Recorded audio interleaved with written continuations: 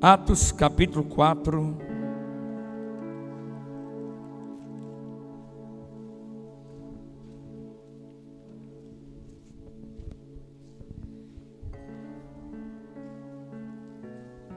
Pode sentar, meus irmãos.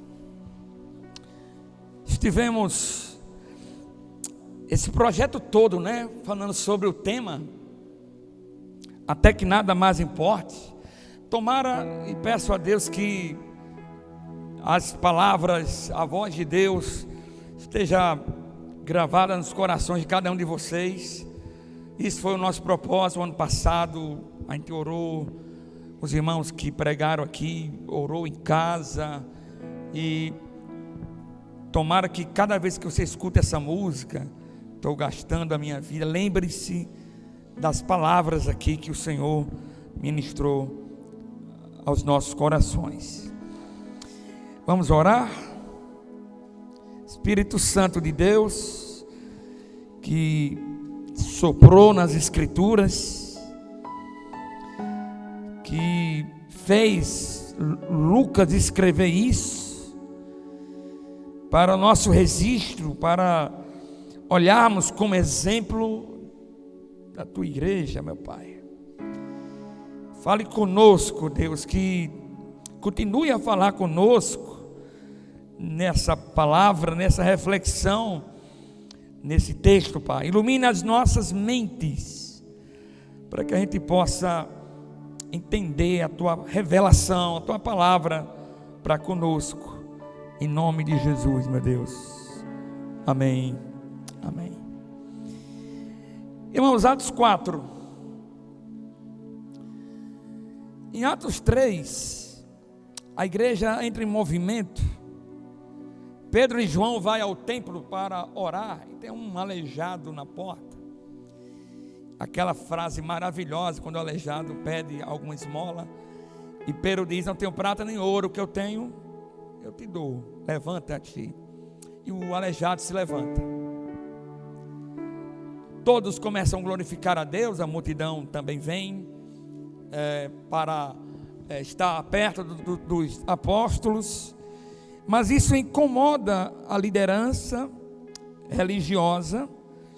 E aí no capítulo 4, a liderança chega para Pedro e João e prende os guardas vão, o capitão da guarda prende Pedro e João, versículo 1, não é?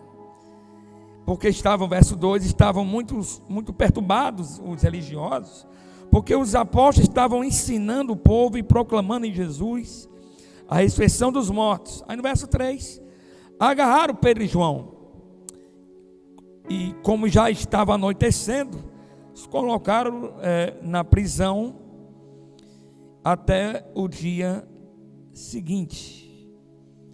Então Pedro é preso, João é preso, passa uma noite ali naquela cadeia, e a partir do verso 5 vai se montar um tribunal para julgar o que fazer com Pedro e João. Eu vou me destacar em Pedro aqui para a minha reflexão. Então o tribunal vai ser montado para julgar a vida de Pedro e João. Estava nas mãos desse sinédrio, humanamente falando.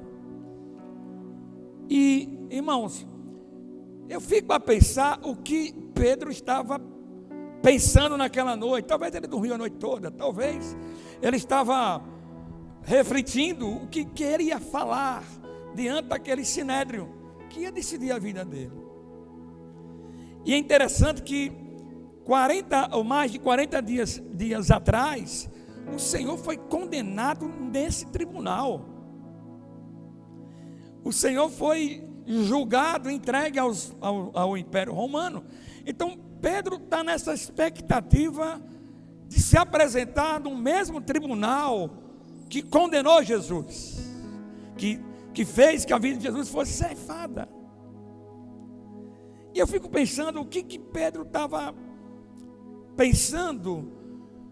O que vai valer a pena agora diante desse mesmo sinédrio que condenou o seu Senhor? A sua vida só a verdade que defende. Talvez, esse talvez, irmão, não tem nada na Bíblia, tá? É conjectura da narrativa aqui. Talvez Pedro lembrou o quanto ele foi covarde quando andava com o Senhor, e o Senhor disse que iria morrer, ia se entregue aos homens, ia ser entregue, era necessário o Senhor morrer. E Pedro chama Jesus ao canto e diz: para com isso, pare de dizer que o Senhor vai morrer. Porque na compreensão de Pedro, ele não poderia pregar, ele não podia participar de um reino fracassado, que o seu Senhor vai ser morto. Na concepção de Pedro, como um judeu, é que esse Cristo que ele está ali ao lado dele, vai sentar lá na cadeira do Herodes, será rei. Então, para Pedro chamar Jesus, está dizendo o seguinte: olha, importa a minha vida no teu reino. Apesar que o Senhor está andando comigo, mas importa o que eu penso. Importa que eu quero esse reino, um terreno, eu quero Jerusalém governando o mundo, e eu vou estar ao teu lado, teu reino, importa para mim. Cristo não era ainda a sua única razão. Talvez Pedro, ele pensou na noite da ceia, covarde que ele foi. O Senhor, ele manda alugar uma sala para outra ceia, e era costume também contratar um escravo, né? Para servir a ceia, para lavar os pés. Só que não tinha nenhum escravo, a toalhinha estava lá no canto, a bacia estava no canto e não estava o escravo lá. E os discípulos estavam sentados ao redor de Jesus. João vai dizer que houve uma contenda entre eles. Não sabemos como começou essa contenda. Vai lá que eu possa conjecturar que a ausência do escravo lá, talvez surja esse mal-estar. Tudo bem, mas quem é que vai fazer o serviço do escravo por nós? Talvez seja você. Eu não, eu sou escolhido, eu sou amado por Ele. Não, eu sou que falo. Talvez a origem da contenda, o Senhor estava presente na ceia, a origem seja: quem é que vai assumir o lugar do escravo? De repente, em vez de Pedro se levantar, em vez de João se levantar, quem se levanta é o próprio Senhor. E o pior, e é escandaloso isso, irmão, o Senhor vai pegar a toalha do escravo. Se eu tivesse lá, o que está acontecendo? Tem alguma coisa fora de ordem aqui.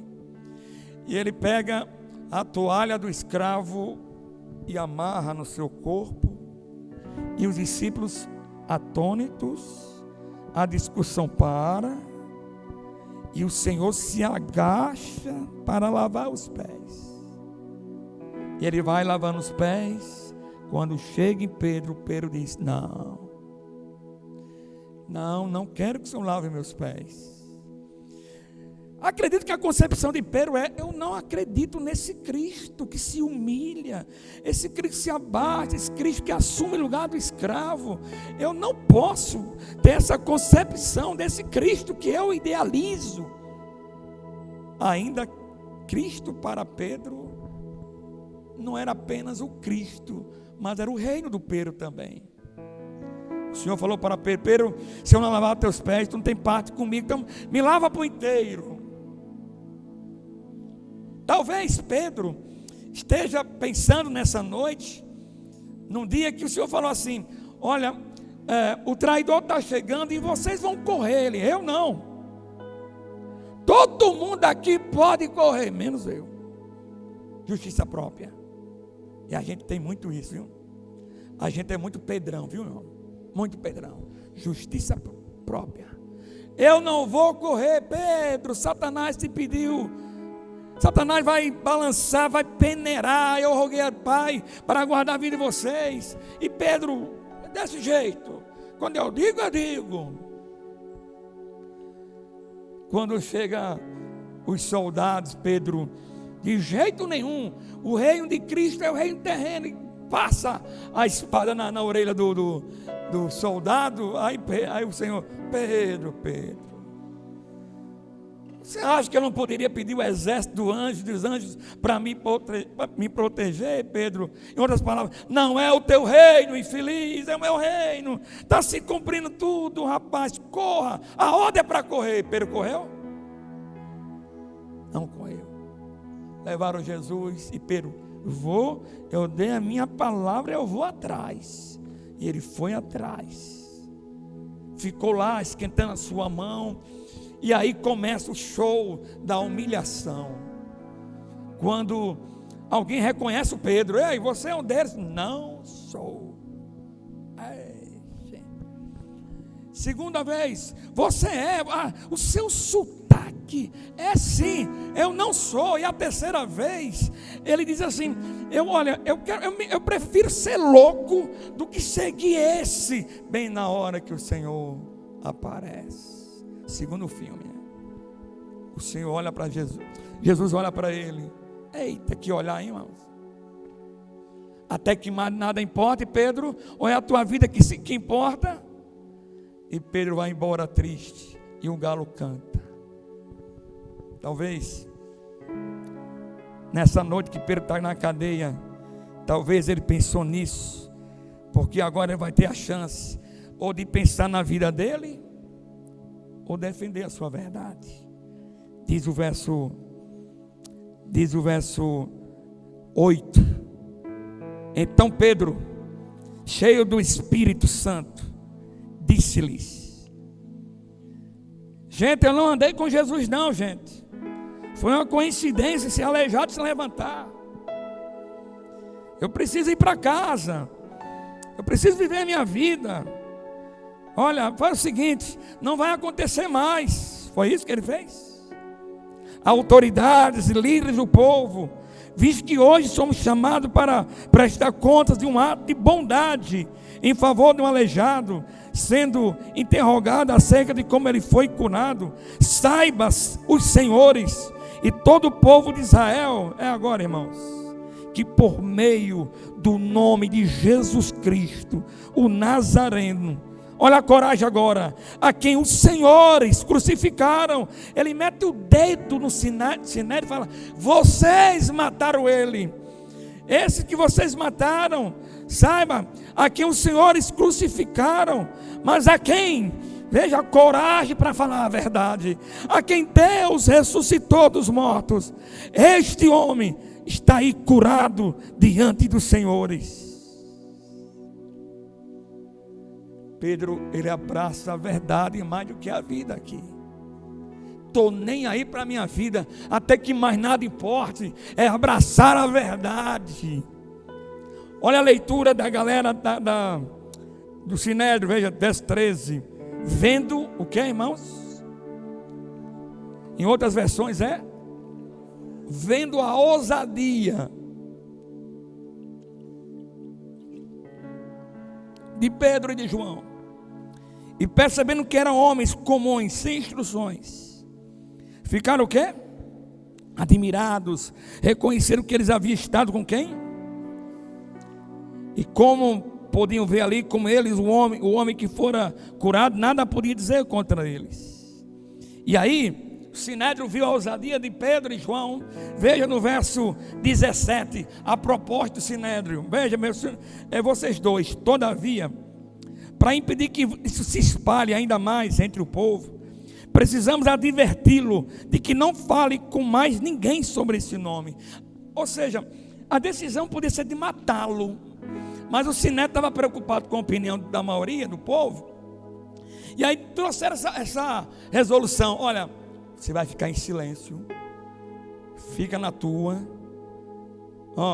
viva a tua vida, vai lá para o teu shoppingzinho, vai assistir teu filme, teu Netflix, fica lá no teu sofazinho, pede uma pizza, pronto, vive essa vidinha aí, e para nós tá bom. Cala a tua boca, não fala mais dele, não apareça com esse discurso. Verso 19, Pedro vai dizer o seguinte para eles: mas Pedro e João responderam: julgue os senhores mesmos, se é justo aos olhos de Deus obedecer aos senhores e não a Deus. 20. Pois não podemos deixar de falar do que vimos e o quê? Estou nem aí qual é a decisão de vocês a respeito da vida da gente, mas essa boquinha aqui não vai parar de falar da verdade que eu abraço. A verdade que eu abraço está acima da minha vida, por isso que saia o resultado qualquer que fez. Ameaçaram, vão pegar você, viu? Verso 21, eles correm para casa, foram libertos. E aí no verso 23, ele chega lá com os irmãos, e verso 24, veja que coisa linda. Ouvindo isso, depois que tudo isso aconteceu, levantaram junto a voz a Deus, dizendo: ó soberano, tu fizeste os céus e a terra, o mar e tudo que neles há. Tu falaste pelo teu Espírito, por meio pela boca do teu servo, nosso pai Davi. Vamos para o verso 29, irmãos, final da oração dele. Agora, Senhor, considera as ameaças deles. Irmãos, o que é que Pedro está dizendo? Senhor, o Sinédrio nos deu uma ameaça para parar de falar. Agora, Senhor, dá um jeitinho para a gente pregar mais leve. Dá um jeitinho para um evangelho mais adocicado, para não machucar tanto o pecador. Não, faz que, porque se a gente falar a verdade, Senhor, eles vão prender a gente. Olha a oração dele, de Pedro. Considera as ameaças. E o que, irmãos? Capacita os teus servos. Para quê, irmãos? Tua palavra corajosamente. Aí está dizendo outra versão o quê? Ele não está falando assim: Senhor, capacita a gente para ter sabedoria, para não ser preso. Manda bala. E não foi só capacita, eu quero ousadia para falar. Aqui, irmãos, o patamar aqui é 0 vida, 100% a verdade. Cristo mais do que a minha vida.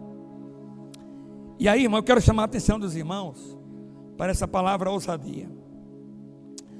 Porque no verso 13, o Sinédrio viu a ousadia neles. E no verso 29, ele pede ousadia. E ousadia, eu queria pensar sobre essa palavra que estava recheada na vida de Pedro. Aqui é a palavra grega chamada parresia. Parresia. E essa palavra tem muita riqueza. Não é só uma coragem. Alguém falou assim um pouco alto. Não. É uma coisa mais profunda. Porque essa palavra parresia revela o Pedro lá do Evangelho para o Pedro de Atos, que é diferente. Veja, quando Pedro está diante daquelas autoridades, ele fala como um parresiasta, que vem de parresia. Mas o que é um parresiasta? O que é que quer dizer essa palavra? O filósofo historiador secular Michel Foucault, ele empenhou os seus últimos anos da sua vida para estudar a palavra parresia. Eu queria trazer essa riqueza aqui para os irmãos. Ele vai dizer que o verbo parresia, ousadia, soa bem como um ato mediante o qual alguém diz a verdade. E no adjetivo, é o sujeito que pratica a fala franca, sem se importar com a vida.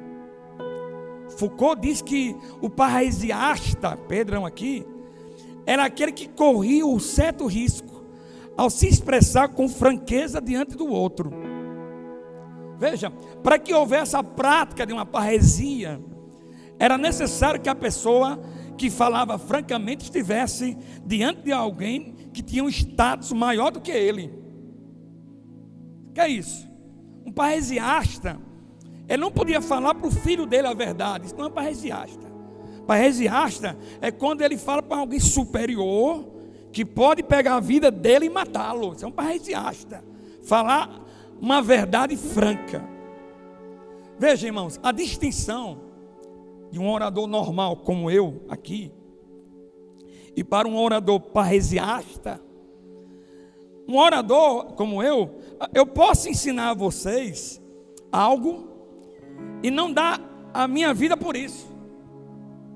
Já viu aquela história do marido que morreu e a mulher começou a falar, quando o caixão estava descendo, e a mulher começou a gritar: não, não, traga ela de volta, só que ela caiu dentro do buraco, e ela gritou: me tire daqui. Falou uma coisa, mas esse é um orador normal, que pode ensinar uma coisa a você e não dá vida por isso. Parresiasta não, ele dá vida pela verdade que ele acredita. João Batista era um parresiasta. Ele denunciou a prática do pecado do rei e teve consequência, foi parar num prato. O próprio Senhor Jesus, ele foi um parresiasta. Ele confrontou toda uma forte casca de tradições, e ele denunciou os pecados e foi morto por causa da verdade. É o caso de Pedro nesse texto. Ele está falando com pessoas superiores, que pode determinar a morte dele, um processo legal para matá-lo.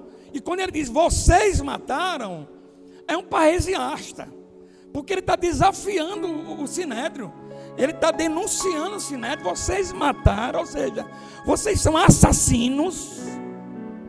Mas ele ressuscitou. A mentira que corria aqui, esconder o corpo dele, e ele afirma, ele ressuscitou. Então as autoridades, vendo Pedro como um parresiasta, vê nele essa ousadia. Ele dá a vida pela verdade de Cristo. Veja, irmãos, Pedro, ele sai de um teórico dos evangelhos, e agora ele fala a verdade, de tal forma que já velho, quando foi pego, quando ele foi preso, levaram para matá-lo, crucificado, como diz a história. Ele disse: eu não quero morrer igual com o meu Senhor, eu quero morrer diferente, eu sou digno de morrer como ele morreu. E ele morre de cabeça para baixo. A pregação cristã, queridos, precisa de parresia. Homens e mulheres parresiastas. Parar com esse evangelho Nutella. Vem que a gente vai ser legal, dá um pulo ali, dá legal. Não, precisa abandonar não. Precisa de parresiastas. Ei, a vida, nada importa se Cristo não for o centro. Que entregue e gaste sua vida. Essa canção que nós estamos entoando na música oficial, que eu gaste a minha vida, é abraçar a verdade. A filosofia que nós vivemos hoje, irmãos, é uma filosofia de conforto. O parresiasta não cabe nesse mundo de conforto. Estamos muito teóricos do que nunca. Sim ou não, irmãos? Do que nunca. Quantas murmurações um apertinho de nada, a gente já está murmurando, né? Estamos preocupados com o resultado. O que é que vão pensar de nós, né, assim? Se eu falar essa verdade. Pedro aqui em Atos 4, ele não está preocupado com o resultado que as autoridades iriam proferir. Ele pregou com ousadia, pregou com parresia. Meus queridos, nós precisamos de novos parresiastas.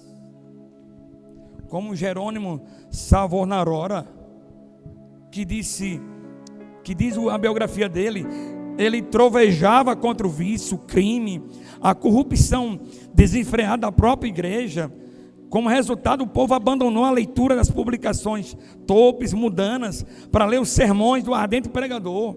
Deixou os cantos das ruas para cantar os hinos de Deus. Precisamos de um parresiasta como John Hus, que disse, diante do poder papal, Cristo é o cabeça da igreja, não o Papa. Precisamos de um parresiasta como John Knox, que disse: dá-me a Escócia, ou eu morro. Ou o Whitefield, que orou assim: se não queres dar minha alma, retire a minha. Precisamos de um Matthew Henry que diz: eu sinto maior gozo em ganhar uma alma para Cristo do que ganhar montanhas de ouro, de prata para mim mesmo. Precisamos orar como Moody: usa-me então, meu Salvador, para qualquer alvo, em qualquer maneira que precisares, até que aqui está meu pobre coração, uma vasilha vazia, encha com a tua graça. Ainda tem o John Mackenzie, que ajoelhado à beira do rio Loss, ele clamava: ó Senhor, manda-me para o lugar mais escuro da terra. Ou como John Wish, ele encontrava nas montanhas mais frias, prostrada no chão, chorando e lutando com o Senhor pelo seu povo, quando a sua esposa implorava que explicasse a razão da sua ânsia. Ele respondeu: tenho que dar conta de 3.000 almas e não sei como estão. Eu podia passar amanhã aqui e falar de pessoas que deram a vida pela verdade. Eu podia. Mas a minha pergunta que eu faço nessa manhã para nós é: o que nós vamos fazer agora ao terminar o projeto? O projeto, irmãos, é estar na montanha, como eu já falei aqui. O meu mundo tem uns desafios. Professor, como um aluno, como colega, você tem Cristo, você é o tabernáculo de Cristo. É o parziasta lá de onde você mora, de onde você vive. Eu acredito que Atos não acabou apenas num livro, continua em nós. Meus irmãos, veja que o apóstolo Pedro está cheio do Espírito Santo. E ser cheio do Espírito Santo e ter ousadia, do outro lado da balança é a vida da gente. Ser cheio do Espírito Santo, irmãos, é buscar ter tempo para o sagrado. E isso requer renúncia de vida. Isso requer diminuir os prazeres para dedicação ao sagrado. Ser ousado também, irmão, requer desconforto para a vida. Me permita, por favor, me permita citar um pequeno exemplo. O Caio falou: pastor, me conta a história do Desperta Nordeste. E aí eu contei a história para ele. Veja, eu era noivo, precisando casar, pastor de uma igreja pobre no bairro de João Pessoa, que não tinha condições de me manter. Eu tinha que trabalhar para ser pastor dessa igreja. E me veio o desejo de começar um projeto do zero. Eu só tinha a Carla, que era noiva, a irmã Fátima, que era cozinheira, que eu chamei, e fiz um convite para o projeto missionário. Eu era secretário de missões. Quando eu apresentei na associação, disseram: não vai dar certo, nenhum tinha experiência em projeto missionário. Vai dar certo não, porque tal. Aí um pastor levantou: gente, vamos apoiar. Foi quando virou o placar para fazer o projeto missionário. Mas a minha ideia é que pastores viessem. Foi só eu. Eu era o tesoureiro, eu era da consagração, fazia compras, ainda andava para entrar na casa das pessoas, e a gente fazia até a peça do outro dia que não tinha. Eu lembro que o pastor Antônio, a gente pegou um ônibus, tinha 17 pessoas só que atenderam o convite.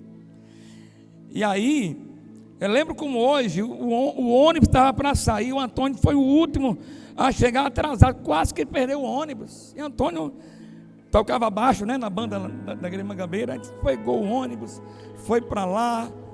Eu tomei soro. A irmã Fátima, ela tem técnica de enfermagem. Como eu tenho dificuldade de comer, era soro na veia. E eu na reunião, gente, vamos fazer o seguinte: e o soro na veia?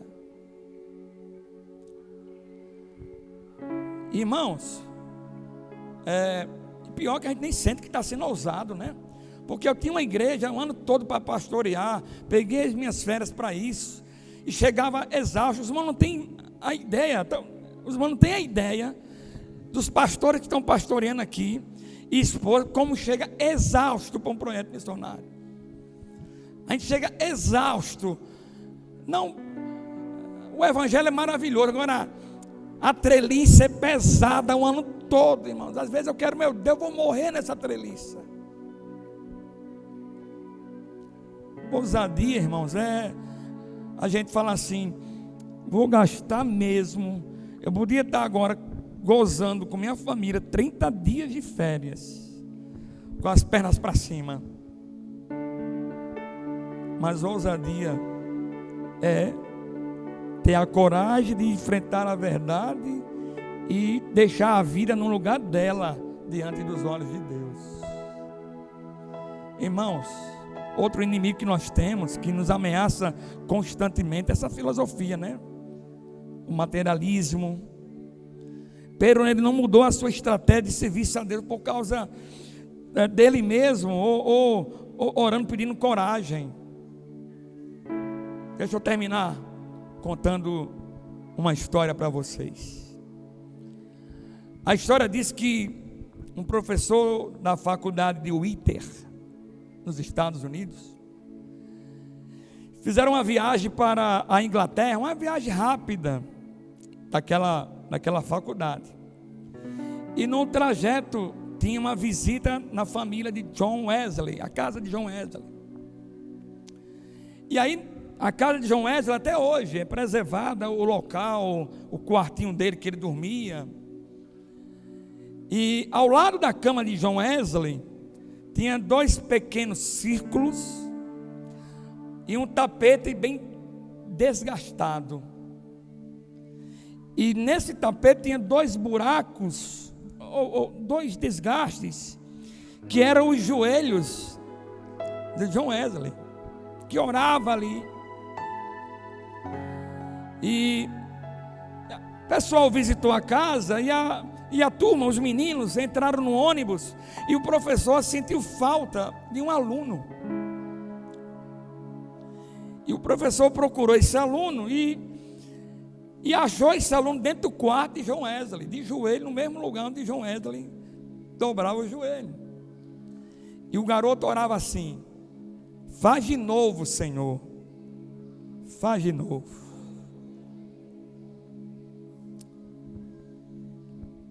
Esse garoto cresceu e novo, começou a pregar o evangelho. O Espírito Santo soprou sobre ele, o seu ministério. Começou a pregar cruzadas nos Estados Unidos. E começou a pregar para o mundo inteiro, rainhas, reis. Eu estou falando de Billy Graham, que pediu que Deus usasse como foi com John Wesley. Estima-se que ele pregou para 210 milhões de pessoas em 185 países. Faz de novo, Senhor. Essa deve ser a nossa oração. Fiquemos em pé, meus irmãos.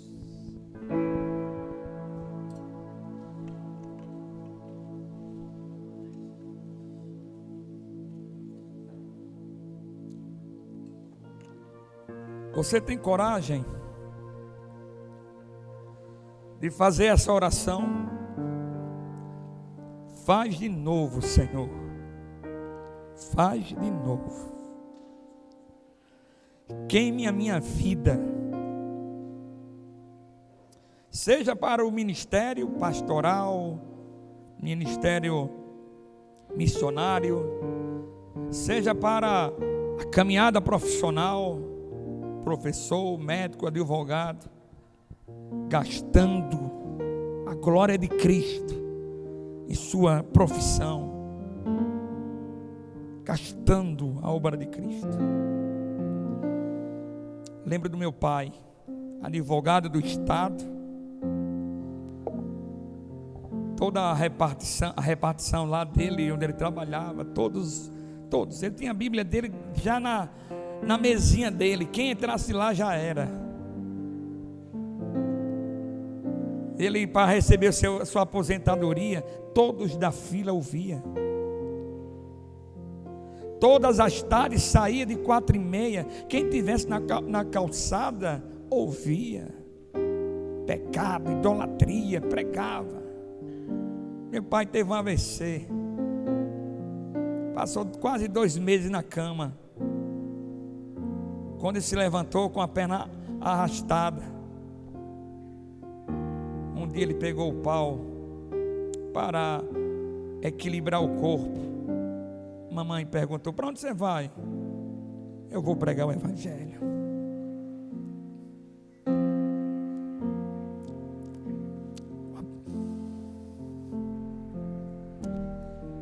Com a perna arrastada,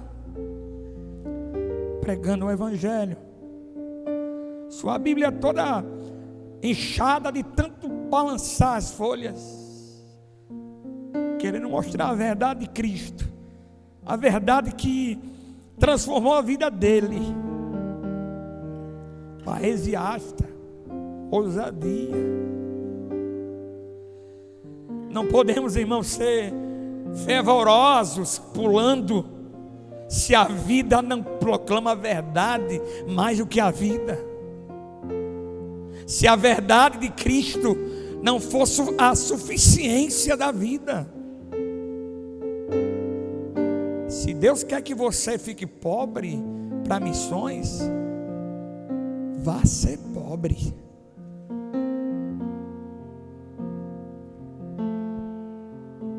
O mundo tem que ser um incômodo e não um conforto. Faz de novo, Senhor. Faz de novo. Cante pela última vez nessa consagração. Cante não porque a canção é bela, porque João Batista, ele viveu antes dessa canção. João Batista andou de sandálias no deserto. E ele disse: virá um que eu não sou digno de desatar suas sandálias. E quando ele viu, ele disse: eis o Cordeiro de Deus que tira o pecado do mundo. Você pode dizer isso? Essa oração: vou gastar a minha vida. Posso trabalhar, mas ao mesmo tempo trabalhando, Rei Ele é, a vida em Cristo, acima de todas as coisas. Cante essa oração. Estou preparando um caminho